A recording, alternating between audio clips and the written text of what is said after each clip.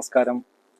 ജ്യോതി diary ഇന്ന് discuss ചെയ്യുന്നത് മഴവിൽ മനോരമയുടെ പ്രോഗ്രാമിലൂടെ പ്രേക്ഷക ശ്രദ്ധ നേടിയ യദുവിൻ്റെയും ജ്യോതികയുടെയും പ്രണയത്തെക്കുറിച്ചാണ്.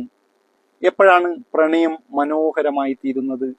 ഒഴിവാക്കാനുള്ള 100 കാരണങ്ങളെ പിന്നിലാക്കി എനിക്കു നീ മതി എന്ന് ഹൃദയം ഉറപ്പിക്കുന്നിടത്ത് പ്രണയം മനോഹരമായി തീരുന്നു.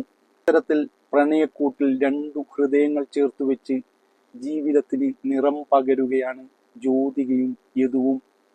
യഥാർത്ഥ കഥ ഇങ്ങനെയാണ്.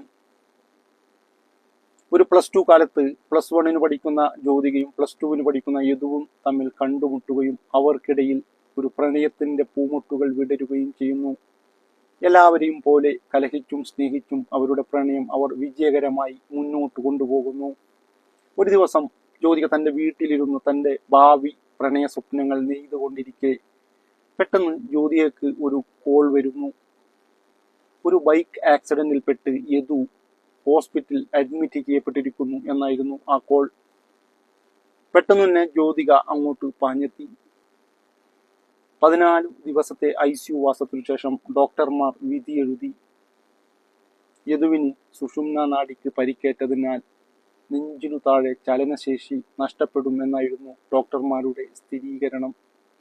അപ്പോഴേക്കും ജ്യോതിക തന്റെ മനസ്സിനെ പാകപ്പെടുത്തിയിരുന്നു. പിന്നീടുള്ള 1.5 വർഷക്കാലം യദുവിനെ പരിചരിച്ചു ജ്യോതിക. യദു തന്റെ കൈകൾക്ക് ബലം പകർന്നുകൊണ്ട് വീൽ ചെയറിൽ യാത്ര ചെയ്യാനുള്ള ശേഷി സ്വായത്തമാക്കി. സ്വാഭാവികമായും ഉണ്ടാകുന്ന ബന്ധുജനങ്ങളുടെ എതിർപ്പുകളെ ഒക്കെ മറികടന്ന് ജ്യോതിക യദുവിന്റെ കൂടെ ജീവിക്കാൻ തീരുമാനിക്കുന്നു. ജ്യോതിക നമ്മൾക്ക് മുന്നിൽ കാണിച്ചു തരുന്ന അത് ഒരു പാഠമാണ്. ഒരാളെ സ്നേഹിക്കേണ്ടത് അദ്ദേഹത്തിന്റെ സുന്ദരമായ ദിനങ്ങളിൽ മാത്രമല്ല, മറിച്ച് അദ്ദേഹത്തിന്റെ മോശപ്പെട്ട അവസ്ഥയിലും സ്നേഹത്തോടുകൂടി കൂടെ നടക്കാൻ സാധിച്ചാൽ അത് സത്യസന്ധമായ സ്നേഹത്തിന്റെ സുന്ദരമായൊരു സാക്ഷാത്കാരമാണ്.